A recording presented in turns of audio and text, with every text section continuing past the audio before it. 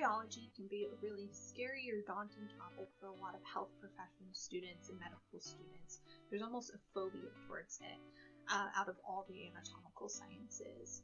It's complex, there's three-dimensional relationships that we see in anatomy, but we have the new lexicon of germ layers and embryonic structures, not to mention the fourth dimension of time complicating matters.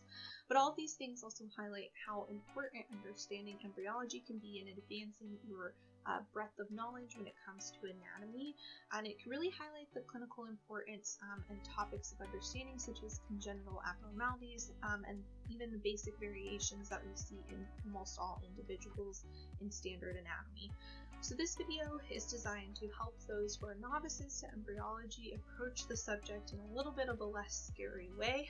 You don't have to be a master anatomist or an expert illustrator or pour through the dozens and dozens of illustrations that we often see depicting these structures. You can use this series to kind of help you create a starting place using simple schematics and basic approaches that anyone can do anywhere, basically with resources that you have on hand most of the time or within your house.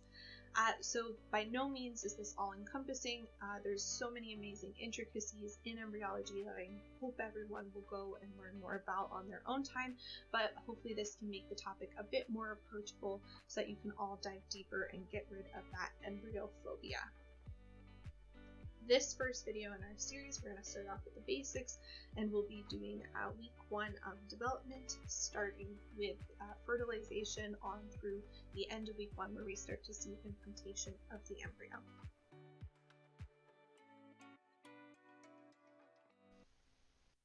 This video is going to cover the bare basics of week 1 of development, from fertilization through implantation. So we're going to start off in the setting for all of this.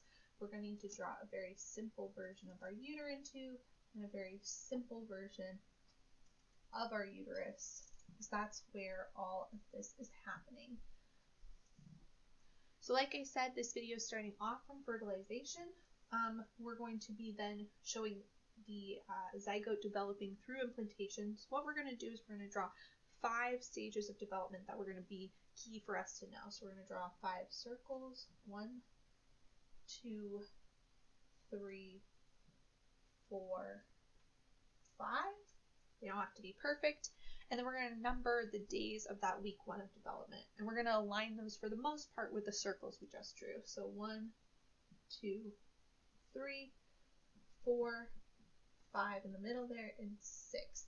That's because days 4 through 6 of development, things aren't quite as crystal clear as the first few days. So that's fine for us. With our simplified version, we're going to do 4, 5, and 6 there. So now let's go through and define what we are calling the developing zygote, the developing embryo at each of these stages, and we can put that onto those spheres that we've drawn. So day 1, as we said, we're starting off with our zygote. So we put a little Z there for zygote.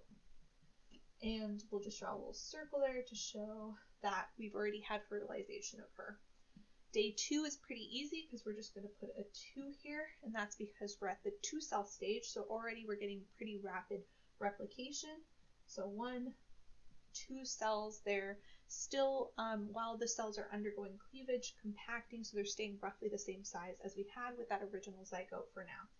By 3, I like to remember 3, if you turn a 3 on its side, it kind of looks like this, and that to me looks exactly like an M. So we'll put an M there. That's perfect because that's our morula stage. So morum being Latin for mulberry, and that's because we've had very rapid replication. We're going to have minimum 16 cells, but we're not going to get too into nitty-gritty there and just draw a lot of cells. At the morula stage, it's also important to note that we start to have the distinction between 2 different cell types. So we're going to draw some blue in the middle here because we have inner mast cells there, and those will go on to develop into certain structures, and then we have outer mast cells.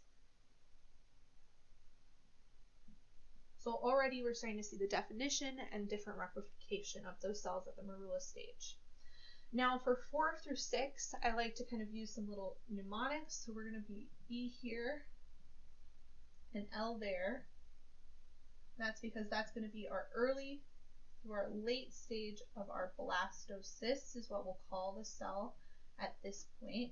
So early to late, 4, 5, 6, kind of following with the timeline. And then we're going to say E, B, T. I like to just use a mnemonic. The embryo begins here because this is where we really start to see that distinction of that inner mast cell into the tissues that will make up the entirety of the embryo. So the E will stand for our embryoblast. We'll see a separation of those two cell types. So we'll have something called the blastocele, which is the middle space. And then those outer mast cells are going to be our trophoblasts. So our EBT, our embryo begins there. So now we can, I should put outer here, show that here. So we're going to have the distinction of our trophoblast. And we here start to see the cell finally expanding beyond the shape that we had established with our zygote. So there's our trophoblast, our embryoblast there from the inner mast cell, squishing to one side of the cell, one pole of the cell, and then the blastocele, we're just going to have it be that space in there.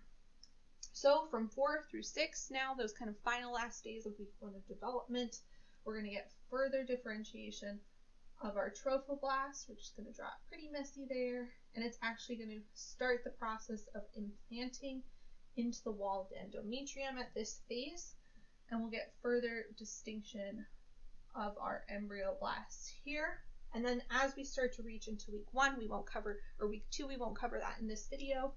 We'll also start to see the differentiation of a couple more cell types, both originating from the trophoblast and that embryoblast that we established here. But like I said, we'll go into that more deep dive in the next video.